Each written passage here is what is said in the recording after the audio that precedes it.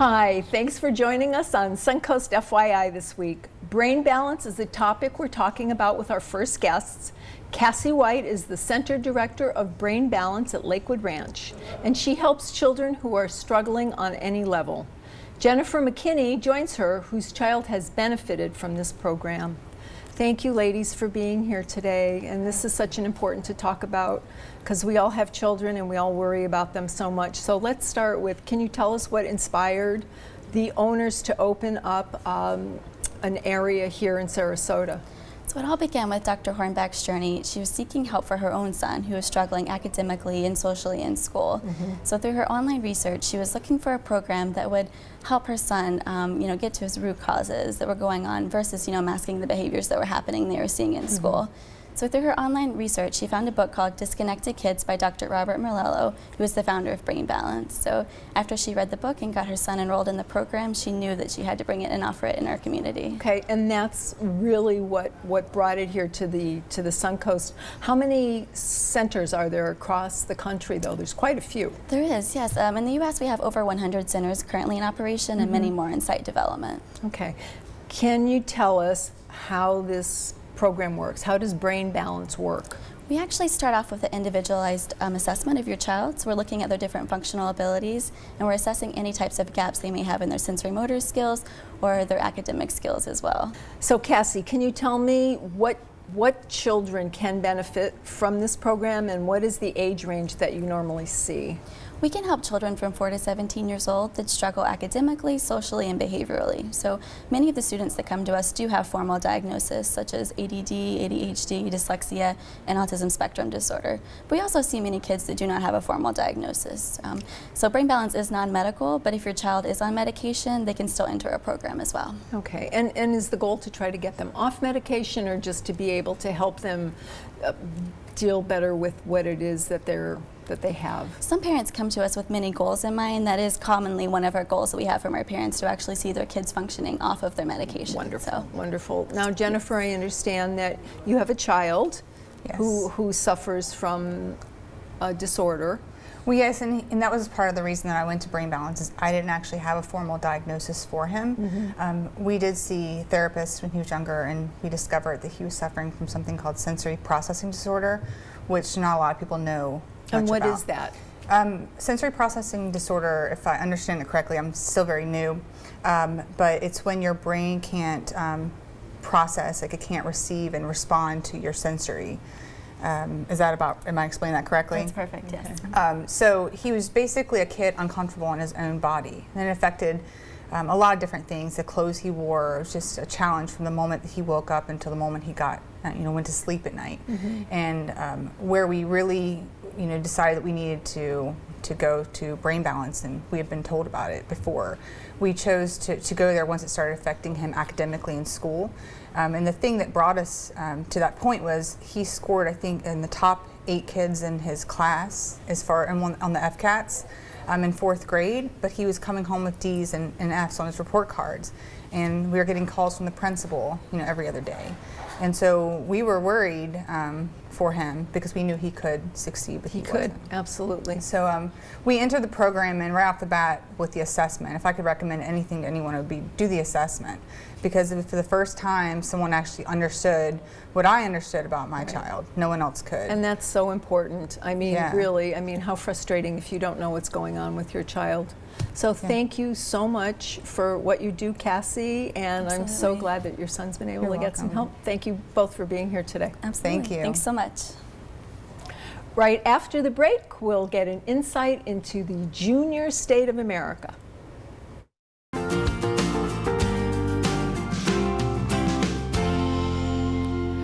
Welcome back to Suncoast FYI. Junior State of America is all about youth involvement in our community.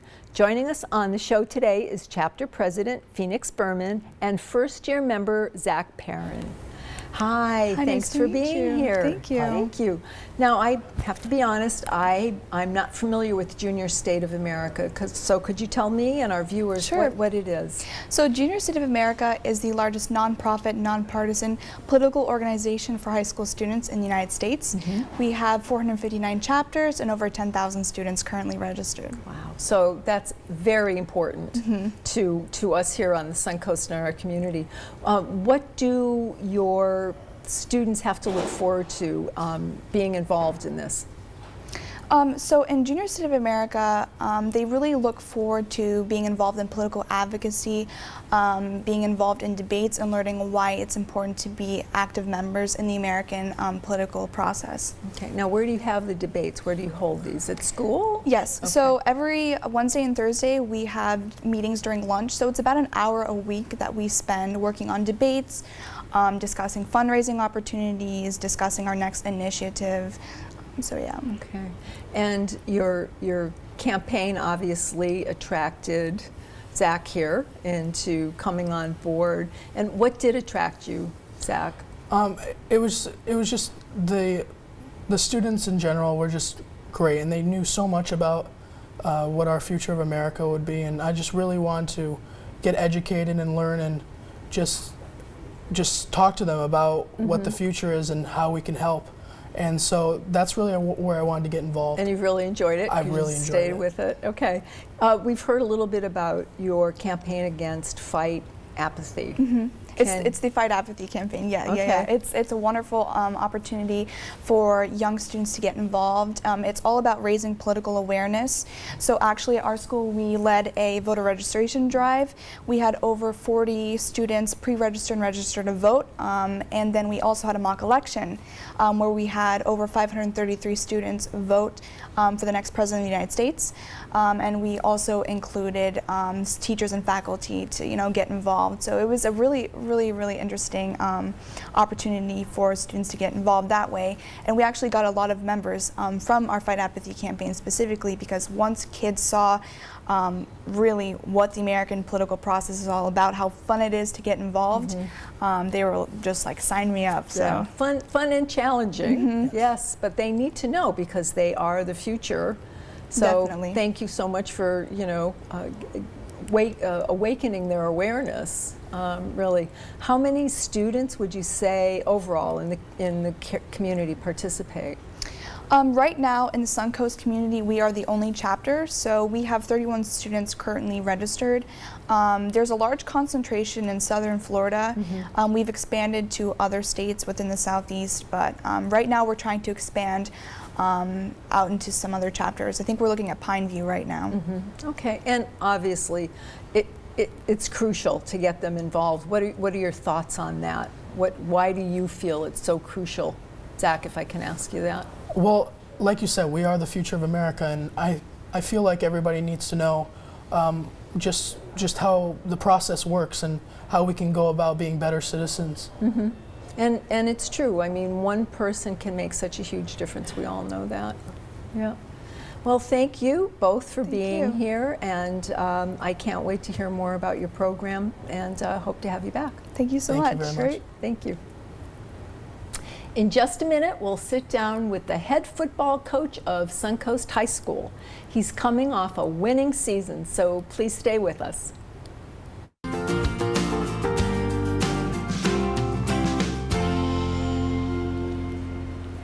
Welcome back to Suncoast FYI. Jordan Ingman is the head football coach for Port Charlotte High School, and he joins us to talk about the amazing season his team has had this year.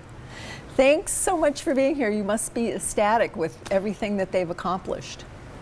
Well, it was a really good group of kids. Unfortunately, we didn't go as deep as we'd hoped in the playoffs, but it was But you got to the playoffs. absolutely. But you're never satisfied. No, there's no. always more. Well, There's that's it. There's more to strive for Always. next year. But tell me about, you've had some amazing accomplishments with them since you've been there in the last 5 years. The last 5 years has been fun. It's been a blessing. I work with a great group of men first, and football coaches second. And over the last 5 years, we put together 5 consecutive winning seasons, which in the 34 years before, we only had 4 in the history of the school. So, and that's a credit to our kids. We push our kids very hard physically, and we push our kids off the field in the classroom as well. And for them to have the mental toughness is something that these days in society, out of young guys, is rare. So I can't take credit for the success that we've experienced, because it's a culture. It's a group of coaches that all work together and all do their own jobs. It's a group of young men that work extremely hard, and we're very grateful for the young men we've had the opportunity to coach. Okay, well, I think you're being very modest. Okay, now, yes, it takes a great group to coach. All right, I mean, they have to have the skills and ability, but they have to have somebody like you and your team, because I know it takes more than just you yourself, to bring it out in them. So what do you do to bring that out in them that hasn't happened in over 34 years? Well, there's been a couple things that we've tried to do. One thing, when I got the job, I was 22 years old, and there was a lot of guys, a lot of speculation, a lot of parents, a lot of people that found the negatives in the 22 year as the age. And what we did was we tried to use it as a positive. And the first thing we did was, when we went to work, we knew that we had to physically be stronger and more well-conditioned than every program that we went up against, because we played against some teams in our area that had a lot of talent, very athletic young men. And we knew, in order to combat that we'd had to be physically very tough mentally and very tough physically. So first thing we did as a staff was, as workouts, to establish a culture, we worked out and we ran with our kids. Whether it was punishment, whether it was every day, we did everything that we asked them to do. We did it personally and physically. And we wanted to, I tell our guys, and our staff does it as long as I do, is I want them to see me hurt. I want them to see us hurt, because it means something to our guys when we can't catch our breath after we run 16 gassers. Yeah. So you don't mean hurt. You just mean that, you're physically struggling like them. We want them to see the grind, that we're willing to do everything that we ask them to do. And that helped. That helped 5 years ago. And that prepares them for what's coming next. And I know college recruiting is very much in the forefront now. So what role as a coach do you play in coaching them on that process? College recruiting is something that is very, very important. I always wanted to be the head football coach at Port Charles High School. It's my alma mater, it's my hometown. And but I knew before I came home that I wanted to coach in college. I wanted to be part of a college program, not for ego, not for prestige, but because I wanted to see the ins and outs of college recruiting. And I had the opportunity, I was blessed to work for Coach Gene Chizik at Auburn. And I learned where those guys get their information from, where they look to get recruits, who they trust, who they don't trust, and how to get our guys in front of college recruiters. Okay. And that was a major blessing, because we've put 19 kids in college over the last 3 years on college football scholarships. That's amazing. It's a blessing, and that's a credit to them. But that time at Auburn that I spent with Coach Chizik really taught me what those guys look for and how to get our guys in front of those college coaches. Well, good. It's a real grind. You have to approach college recruiting the same way that you approach the season. Yep. Head on, go for it, all out, right? Yes, it's a part of this off season that has got to be taken very seriously, and you got to be very deliberate in how you approach it, and you got to coach your kids and make sure they understand the importance. Yeah. And there's several aspects: the social media, in the classroom, understanding core GPA and the ACTs and super scores, and understanding all the dynamics that go with college recruiting. And we try to do a very good job. We employ an academic advisor, which is something that I took from college, and she's a certified in everything: reading endorsement, English. She's a tremendous teacher, Miss Stephanie Flowers, and she does nothing but monitor our kids, and she provides free ACT prep to all of our young men that play for us. And she helps them manage their core GPAs and make sure that our kids are college ready. So they're well-rounded students. Absolutely. Now, thank you for being here. There's a lot more to say about this, and our viewers can go find out more about who you are and what you do on your website.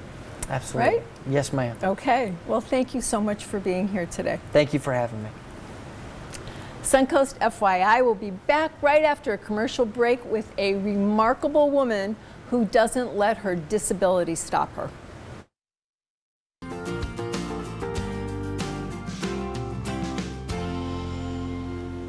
Hi, welcome back to Suncoast FYI. SNN is honored to have Sylvia Longmire here in the studio with us today. Sylvia is a veteran, entrepreneur, and the reigning Miss Wheelchair USA. How exciting to have you here. Thank you for stopping by and taking this time with us. Oh, thank you for having me. I'm always excited to be anywhere near the beaches in Florida. Well, and they're beautiful, Yes. absolutely. And I know you went yesterday and you enjoyed it. Yes. Okay. Let's start. What are some of the misconceptions that people have about individuals with disabilities?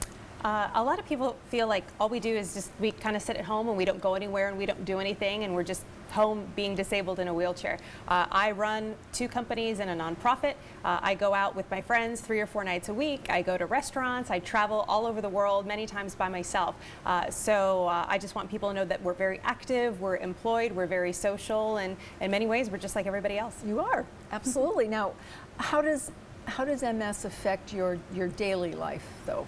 It's an autoimmune disease, so for me and everyone who has MS is like a fingerprint. So it affects our nervous system. So for me, it affects my ability to lift my legs, so I can't walk. For other people, they have numbness or they have vision problems, so it affects everybody differently. Fortunately for me, and thanks to the Veterans Administration, since I'm a disabled retired veteran, I have mobility aids that can help me get around. So. From the Air Force? Yes. Yes, and you have some special talents there, which if we don't get to today, we're going to have you back. What do you find is your biggest challenge as a woman with a disability, Sylvia? When I travel, definitely kind of getting looked at a little strange because I'm young, and a lot of times when you see people in wheelchairs, you expect them to be senior citizens or much older. So kind of the perception of what's wrong with her, what is she doing in a chair, and then just the basic standard accessibility challenges. Bigger cities, especially in the United States with the Americans with Disabilities Act, we're able to get into most places. But in smaller towns and more historic areas, just being able to get into a store or restaurant, unfortunately, continues to be a challenge even in the United States. Mm-hmm. And even though, and I know we've come a long way with that, there are still things that you find that people just don't realize, that simple daily challenges of getting over a sidewalk that, may be too bumpy for you, and, Sure. and it's little things like that we have to be more aware of. Of course. More aware of. How has winning Miss Wheelchair USA helped with your advocacy efforts? Having this kind of national platform and having that title gives me a little bit more leverage, gives me a little more power or authority to approach people, and it gives me the confidence to say, hey, I feel like I'm responsible for being a stronger voice for people who can't speak up for themselves. Mm-hmm. So I'm much more brave when it comes to approaching small businesses or even big corporations, putting things on social media saying like, hey, you need to lower this soap dispenser, or you need to fix this bathroom. Exactly. Ms. Wheelchair USA stayed in your hotel, and maybe that will encourage businesses to make these changes. And I'm able to promote my platform supporting programs for children of parents with disabilities. I can promote that on a national level, and that's really big for me. And you have your own foundation doing that. I do. I started it a little over a year ago, and we raise money for and provide college scholarships for students who either have MS or have a parent with MS. And we're having a banner year so far. We have enough money to give out 9 scholarships in the spring, so we're very excited. Awesome. Now, my final question is, what advice would you give able-bodied people who see you and want to interact with you? What can you tell us to do that in a more positive way? The first thing I would say is to see us. A lot of time people just kind of don't even know we're there, or they look away and just don't kind of acknowledge us. It's like, just look at us and say hello.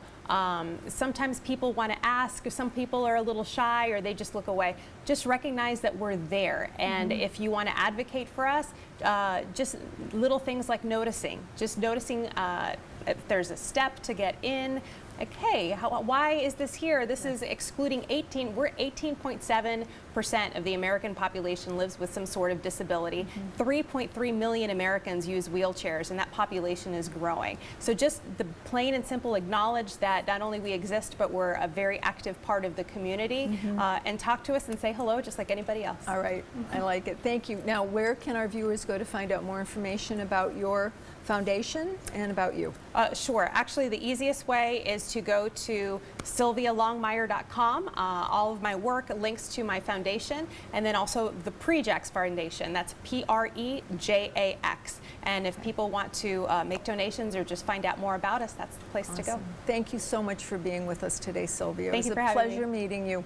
Likewise, thank you. Don't go away. Suncoast FYI will be back after a quick break.